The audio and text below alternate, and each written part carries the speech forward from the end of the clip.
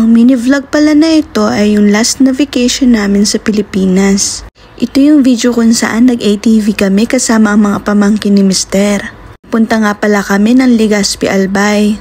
Bale sa may Cagsawa Ruins nga pala kami nagpunta. Maraming package yung pagpipilian pagsakay mo ng ATV. Pero pinili namin yung pinakamalapit lang. Gawa ng kailangan din namin kagad makabalik. At ito na nga, nagsimula na nga kami. Nakakatuwa pa, meron talagang sariling taga-video. Bale, hindi pala kasama sa package yung taga-video na yan. Kami na lang daw ang bahalang magbigay ng kung magkano ang gusto namin. Nakakatuwa lang, ginag-guide niya talaga kami. Alam nyo ba na ang tagal ko nang gustong itry nitong ATV na ito? Paano ba naman, 2 beses na kami nakarating dito pero hindi ko pa ito na-try. Kaya naman ang sabi ko kay Mister ay talaga namang hindi ko ito palalampasin.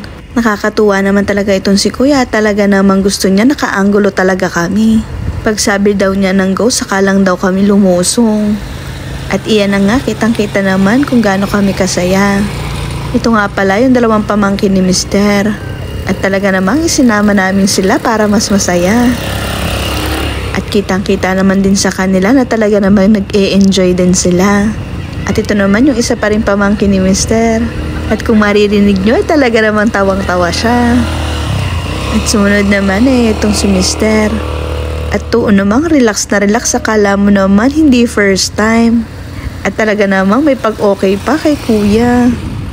Sobrang sarap talaga ng experience namin na ito. Ito yung experience na kahit kailan hindi ko pagsasawaan. Ewan ko ba kung bakit parang trip na trip ko yung mga ganito. Ang sarap lang kasi sa pakiramdam na mag-drive ng ATV. Tapos ang ganda-ganda pa ng tanawin. Kaya naman kitang-kita naman sa mga mukha namin na sobrang saya namin. Ako naman sobrang focus sa pagdadrive, akala mo naman professional. As in girl, asan lisensya mo? At ito na nga, pumaanggulo na naman si Kuya. At talaga namang may paganong effect pa. Halata mo talaga sa kanila na sanay na silang magkuha ng mga ganitong video. Nakakatuwa lang kasi hindi nyo mamimiss ang bawat detalye ng pag-ATV nyo.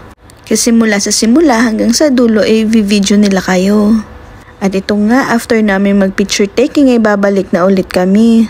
Wait nyo na lang sa dulo ng video ang mga picture namin. At ito naman si Kuya ay talaga namang humabol pa ng ganitong shot. Sige na nga Kuya, pagbibigyan ka na namin, char! Thank you so much po Kuya sa pag-guide sa amin at sa pagkuha ng mga videos na ito. At talaga namang enjoy na enjoy kami Kuya. Kita naman na talagang masaya din si Mister at talaga namang ang ngiti, abot hanggang langit. At ito na nga, moment of truth na, babalik na talaga kami sa aming mga lungga. Natapos man yung 30 minutes namin na pagra-ride sa ATV. Yung experience namin ay talaga namang hindi mapapantayan. At ganun na rin ang sayang naidulot sa amin. Kaya naman mga mare ko, pwede ko na itong i-cross out sa bucket list ko. Kasi finally, nagawa ko na talaga ang ATV mga mare. And syempre, gusto ko pa rin itong ulitin.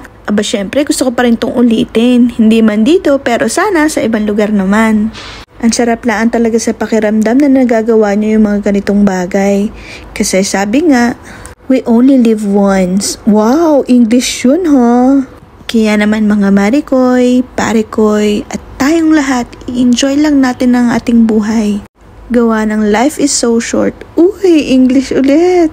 Kaya naman habang may pagkakataon pa tayo, i-enjoy nyo lang ang buhay. Gawin nyo yung mga bagay na gusto nyong gawin. As long as magiging masaya kayo at hindi ito makakasama sa inyo, go for it mga marikoy. At ito na nga pala yung mga shots ni Kuya, inianggulo niya talaga kami kung nasaan ang Mayon Volcano. Nagkataon lang talaga na mga araw na ito ay masyadong maulap, kaya naman si Mayon Volcano ay masyadong mahiyain at hindi nagpakita. Kaya thank you so much po sa magandang experience. And we encourage everyone to visit Cagsawa Ruins and Legazpi Albay. We hope you like it. Bye!